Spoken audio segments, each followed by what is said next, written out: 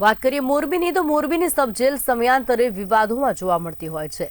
સબજેલમાંથી mobile, cigarette અને માવા સહિતની પ્રતિબંધિત ચીજવસ્તુ મળતી હોવાની અનેક ઘટના સામે આવતી હોય છે। ત્યારે હાલ તાજેતરમાં સોશિયલ મીડિયામાં એક વિડીયો વાયરલ થયો છે, જેમાં સબજેલનો કેદી મોબાઈલ ફોનમાં વાતચીત કરતો જોવા મળી રહ્યો છે।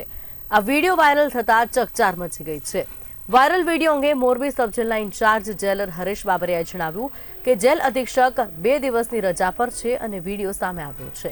તેમાં દેખાતો ઇસમ મોરબી સબજેલમાં છે। વર્ષ 2022ના હત્યાના કેસમાં કાચા કામનો કેદી ઇમરાન ફારૂક સબીબી તરીકે ઓળખાયો છે।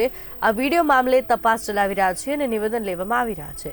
જરૂર પડે પોલીસ ફરિયાદ કરવામાં આવશે તથા દોષિત સ્ટાફ કર્મચારી હોય તો એને પણ છોડવામાં નહીં આવે।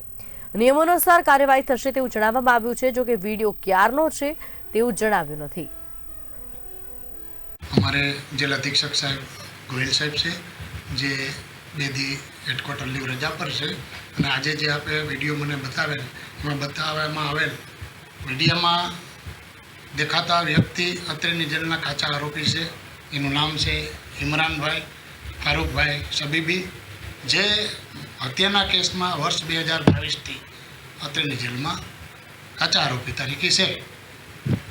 અને આ વિડીયો બાબતે હાલ તપાસ કરી રહ્યા છે, નિવેદનો મેળવી રહ્યા છે અને જરૂર જણાય પોલીસ ફરિયાદ પણ જાણવા જો પોલીસ ફરિયાદ પણ અમારા દ્વારા કરવામાં આવશે।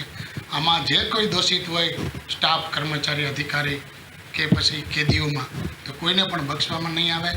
જે નિયમ અનુસાર કાર્યવાહી કરવામાં આવશે અને જેણે બી ગલતી કરી હોય કે જાણી જોઈને કર્યું હશે તો એને ભોગવવાનું રહેશે। આ વિડીયો